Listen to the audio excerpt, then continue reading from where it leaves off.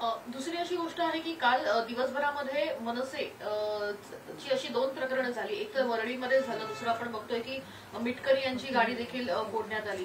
तर मनसे आता पुन्हा राज्यभरामध्ये आक्रमक होताना बघायला मिळते का? एकीकडे बांधकामाचा मुद्दा होता, दुसरीकडे राज ठाकरे यांना सुपारीबाज बोलल्याचा मुद्दा होता। मुळात असं आहे की आक्रमक होताना दिसते ना, आम्ही आक्रमकच आहोत आणि होतो, राहू आणि राहणार ते जनतेच्या प्रश्नावर। जनतेचे जे प्रश्न आहे त्याच्यावर नेहमी आम्ही आक्रमकच भूमिका घेतली आणि तीच भूमिका आमची कायम आहे। मिटकरी यांनी सुपारीबाज असा शब्द वापरला होता, त्याच्यानंतर आक्रमकपणा जो आहे तो मनसेचा बघायला मिळाला होता। त्यांची गाडी देखील त्या ठिकाणी फोडण्यात आली मनसेच्या कार्यकर्त्यांकडून। असं आहे की आपली लायकी काय, आपली पातळी काय हे समजून न घेता जर काही लोक वक्तव्य करत असतील तर आमचे महाराष्ट्र सैनिक त्याला प्रतिसाद देणार, त्याप्रमाणे दिला।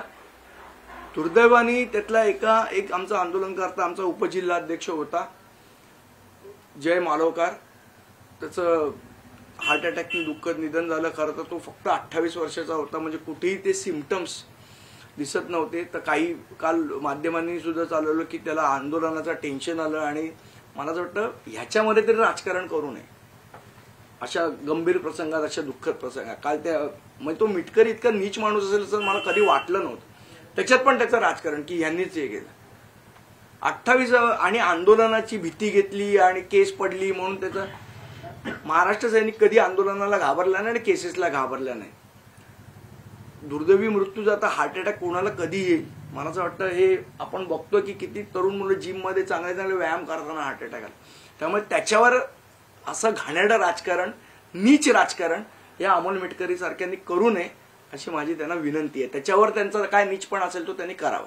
याला जोडून दुसरा प्रश्न आहे की सुपारीबाज या शब्दावरून खरं तर हा पुढे राडा झालेला बघायला मिळाला होता। जे पोस्टर वरळीमध्ये जे आहे ते प्रभात मित्र मंडळाने लावलेलं होतं।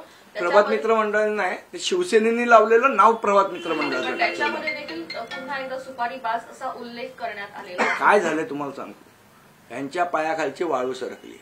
आता मनसेला बोलायला दुसरं काही त्यांच्याकडे हे नाहीये। एक तर आम्ही जनतेचे प्रश्न घेतोय, जनतेच्या प्रश्नावर लढतोय, मग सुपारीबाज करायचं ही त्यांची हे झाली, काय पद्धत झाली। एक नॅरेटिव्ह त्यांना असं वाटतं, आता त्यांनी 2 खोटे नॅरेटिव्ह लोकसभेमध्ये यशस्वीरित्या करून दाखवले।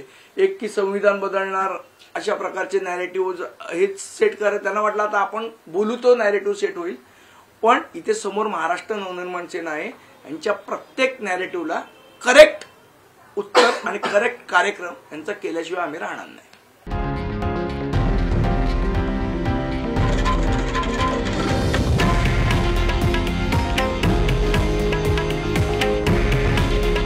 हे आहे देशातील नंबर 1 न्यूज नेटवर्क आणि आपण पाहत आहात TV9 मराठी।